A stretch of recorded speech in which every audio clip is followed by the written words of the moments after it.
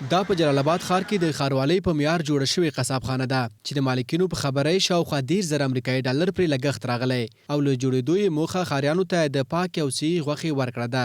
د دغې قصابخانې مالک حاجي ضمیر وایي کله چې په نورو ولایتونو کې د ته ورته مجهزې قصابخانې ولیدې نو انګېزه ورسره پیدا شو چې دی هم داسې یو اقدام وکړي. ښاروال صاحب هم دا بار تاکید کوي په موږ باندې چې تاسو ښه دوکانونه جوړ کړئ او عصري دوکانونه جوړ کړئ په دې چې دغه نظافت باید هر څه کې مراعات شي. بیا غوښه کې خو بیخي چې خاوره او د شي نه هغې مش نه خاورې نه بچي باید.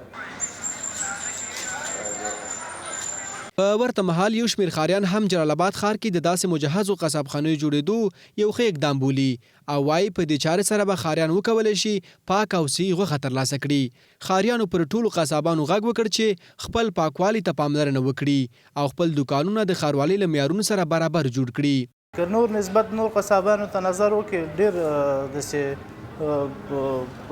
ښه آزاد هوا کې هم نشته نو صفایي هم نه لري نو ټول ننګرهار وګړي غواړي چې په ننګرهار کې دغسې پاک صفا قصابي اوسیږي او ښه کاروبار اوسیږي. دا یو ډېر ښه اقدام دی ځکه غوښه په هر ځای کې خرڅېږي خو نظافت ته چې نن سبا وګورو دا ډېره مهمه موضوع ده او خلک هر څوک غواړي چې د یو پاک او منظم ځای څخه خپل غوښه ترلاسه. جلال آباد ښار کې دا ډول قصابخانه په داسې حال کې جوړه شوې چې په دې وروستیو کې په جلال آباد ښار کې د غیر صحي غوښو له خرڅلاو شکایتونه زیات شوي.